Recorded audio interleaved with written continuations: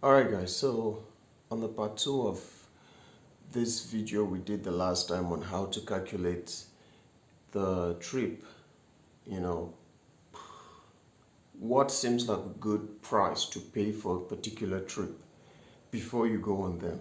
This applies mainly to in-drive and riders, or basically apps where you can negotiate with the customer before going on that trip. And the way we calculate this was we look at the kilometers and then we add the base fare, and every kilometer for us is worth 100 naira. So we look at the kilometers, we times it by 100, and then we add our own base fare. You recall that in the previous video we say every trip that is 20 kilometers and above is regarded as a long trip. So for that long trip, we are going to add nothing less than 2,000 as a base fare. So for instance, if a trip is 20 kilometers, we're going to times it first by 100 because each kilometer is calculated to be equal to 100 naira. We're going to calculate first of all 20 times 100, which is 2,000. Then our base fare of 2,000 will then come into the picture. Okay, so a trip like that, if you don't see the customer offering you something around 4,000, maybe 3,800, maybe above 4,000 too, it's not a very good trip for you. Don't misunderstand. Every trip, probably not every trip, but most trip would still bring you profit. But the reason we're making this calculation and having our base fare where we have it is because when compared to other ride-sharing apps like Bolt and Uber, you find that the price seems symmetric, right? It tends to correspond. Now, I did a random experiment where I tried to see how much Bolt will take for a distance of 20 kilometers, and I saw that Bolt was taking somewhere around 5,000. And then I checked on Uber, and then Uber was also taking 4,500. I'm talking about recent prices for 20 kilometers. So that has necessitated the need for us to update our own base fare, because since after the hike in the price of fuel, there is definitely a need to update, to kind of like upgrade or increase our base fare, because the original plan or the original calculation would no longer apply. Hence the need for this video. Now, in order to do this, we need to first of all understand how much we spend per kilometer of travel. How much in naira we spend per kilometer of travel. Okay? And then in our previous video, we used a Corolla vehicle for an instance, or our case study. Now, a Corolla vehicle, according to also our findings, it consumes around 6.6 to 6.9 liters of fuel for 100 kilometers of travel. 6.6 to 6.9 is that way, it's in ranges, because when you're on the express you use lesser fuel than when you are inside the town navigating from one traffic light to the other or one place to the other. So that is why it's a little bit different. So that's why it's always ranging from a particular number to a particular number. So instead of saying 6.6 or 6.9, we just went with 7 liters for 100 kilometers, because there are some other cars like I think the Honda Accord has something ranging from 6.8 to 7.1 liters of fuel per 100 kilometers. So we just try to find a general average. We just say, okay, fine, 100 kilometers equal to 7 liters of fuel. So for every 100 kilometers you travel, you use nothing less than 7 liters of your fuel, right? Pretty impressive if you ask me anyway. Now we need to understand how much liter of fuel you use per kilometer. Now the original 7 liters of fuel is per 100 kilometers. So let's understand how much you use per kilometer. So all you have to do is cross multiply, and then per kilometer you realize you're using 0.07 liters of fuel.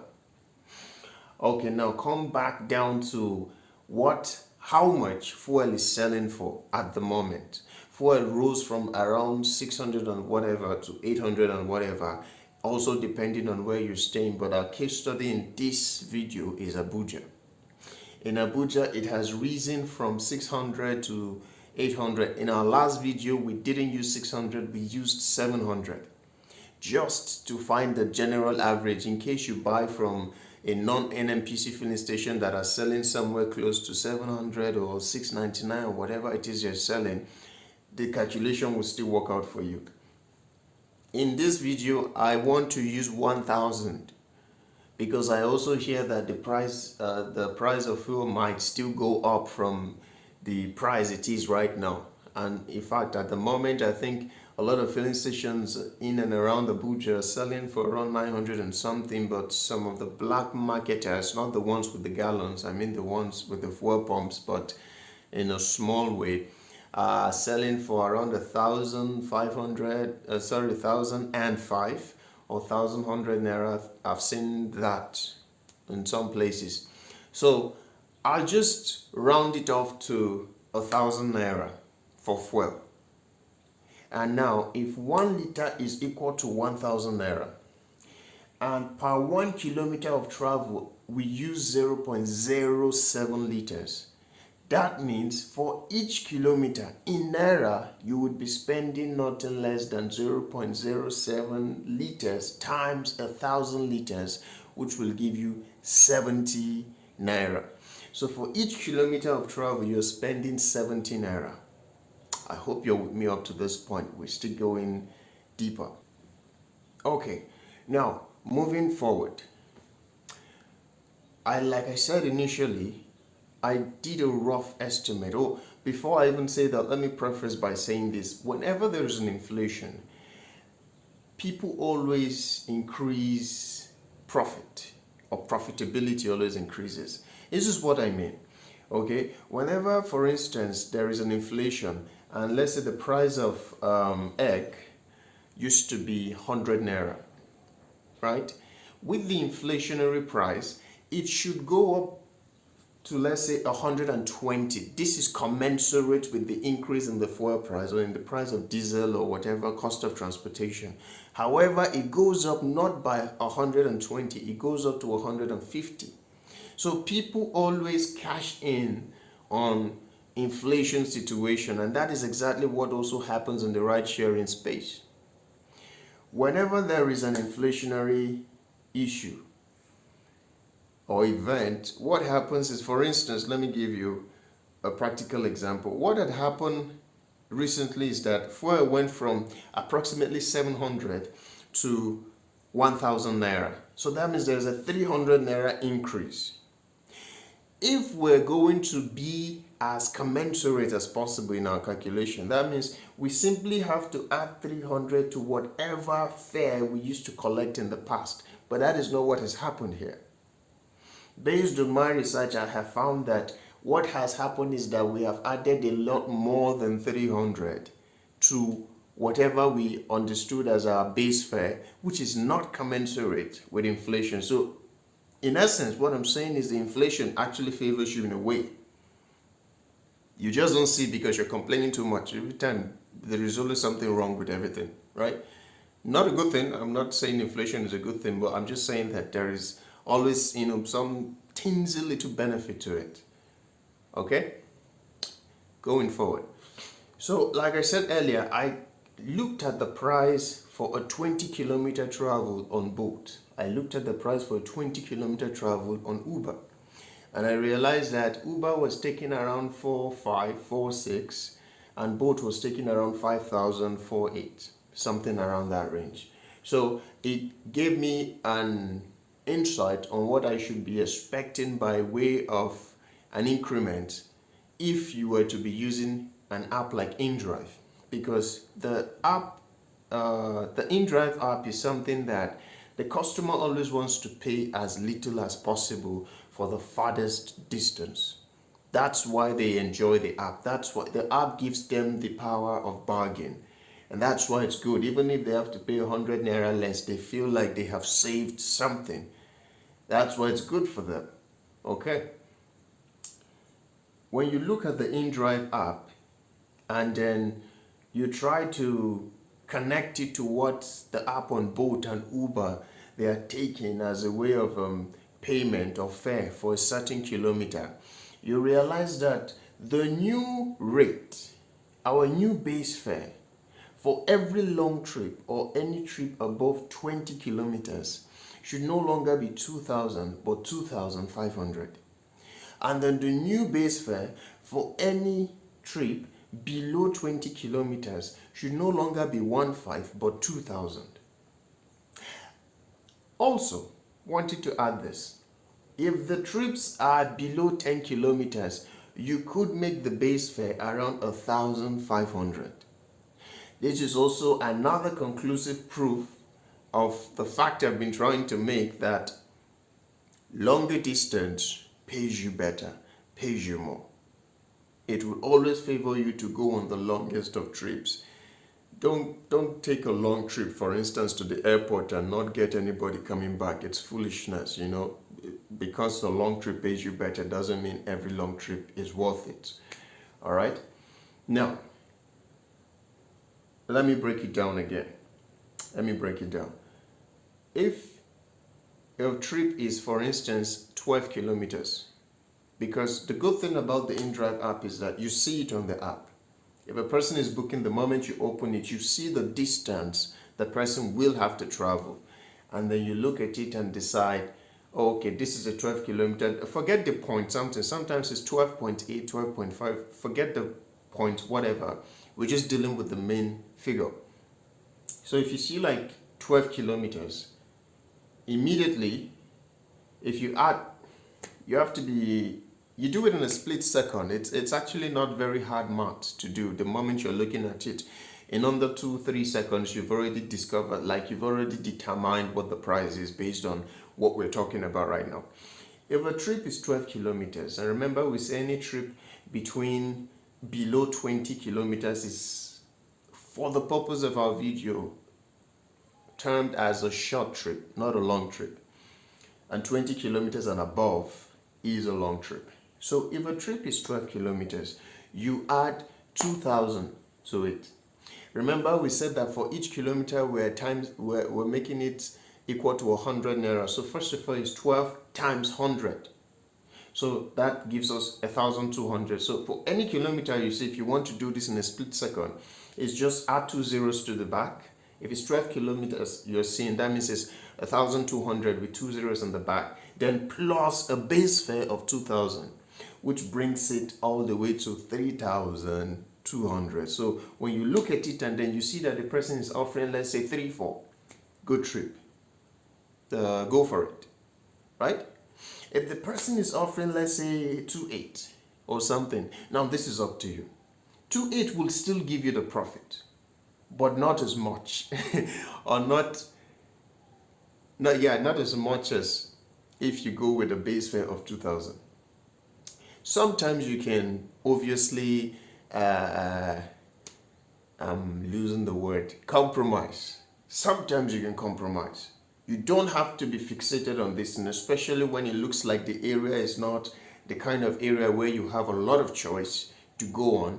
So you could just compromise and just, okay, yeah, it's just 100 naira less, it's just 200 naira less. Yeah, let's go for this. At least we get to another location that has a better potential. So you find people who are willing to pay good price for what you are also willing to accept.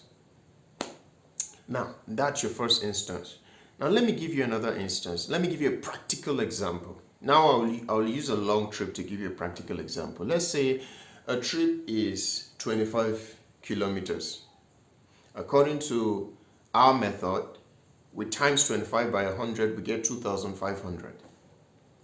Then our base fare now is 2,500 as well. No longer 2,000 as in the previous video. 2,500.